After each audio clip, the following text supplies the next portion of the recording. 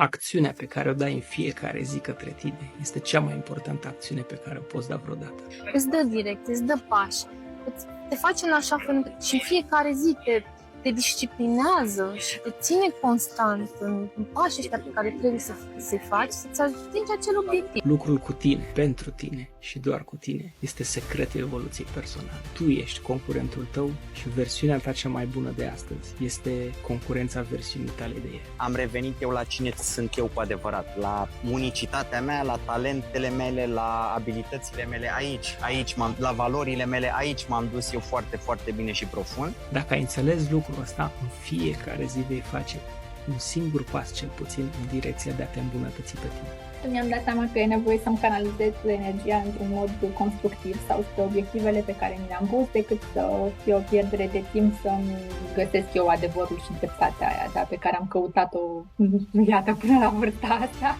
Dar acum, într-o perioadă foarte scurtă de timp, mi-am dat seama că mai importante țelurile mele decât a avea dreptate. Așa că ține cont că fiecare pas pe care îl faci în fiecare zi te duce mai aproape de versiunea ta ideală. Care ce face?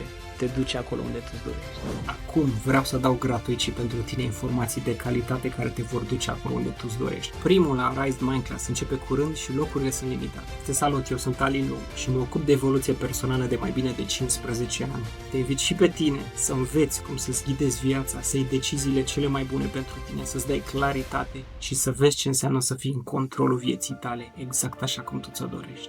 Ai link-ul de înscriere, locurile sunt limitate, vino la eveniment să vezi ce înseamnă să evoluezi cu adevărat.